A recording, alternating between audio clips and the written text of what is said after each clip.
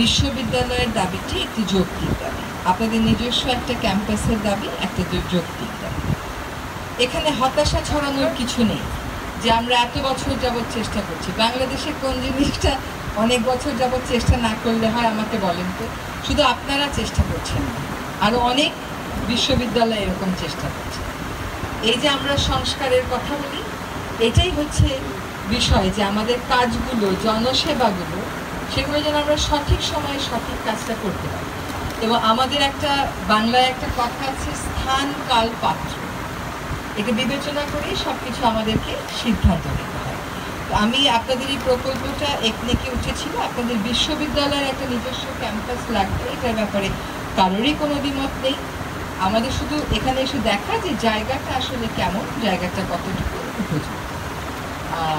আর বরাদ্দ 500 কোটি বেশি না 500 কোটি কম, কাজ শুরু হলে আরও পাওয়া যাবে নাকি আরও পাওয়া যাবে না।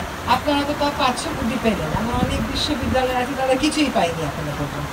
তো আপনি আকাশের দিকে তাকিয়ে হতাশা করবেন নাকি মাটির দিকে তাকিয়ে আশান্বিত হবেন, সেটা একটা বড় চয়েস। অবশ্যই আপনারা সকলে অনেক কষ্ট করে এসছেন, আপনাদেরকে অনেক ধন্যবাদ। আমি রবীন্দ্র বিশ্ববিদ্যালয় শুনলেই তো একটা কাব্যিক অনুভূতি হয়। আজকের দিনটাও সেই অনুভূতিটাকে সমর্থন করলো। আর সিরাজগঞ্জ থেকে যখন স্পিড বোর্ডে করে চলে আসলাম, একদিকে চলনবিল, একদিকে বড়াল নদী, দুটো নিয়েই একসময় অনেক আন্দোলন করেছি, অনেক কাজ করেছি।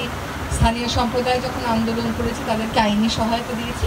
কাজে মোটামুটি দৃশ্যপটটা আমার পরিচিত, অপরিচিত নয়।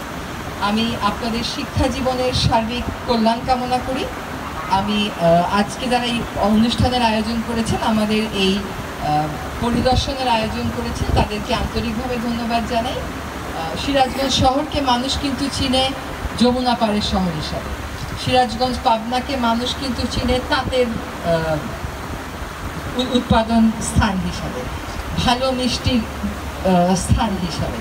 কারণ এখানে গোচারণের অনেক বড় বড় বিস্তৃত জায়গাতে প্রচুর পরিমাণ গরু এবং সেখান থেকে দুধ এবং সেখান থেকে মিষ্টি হয়।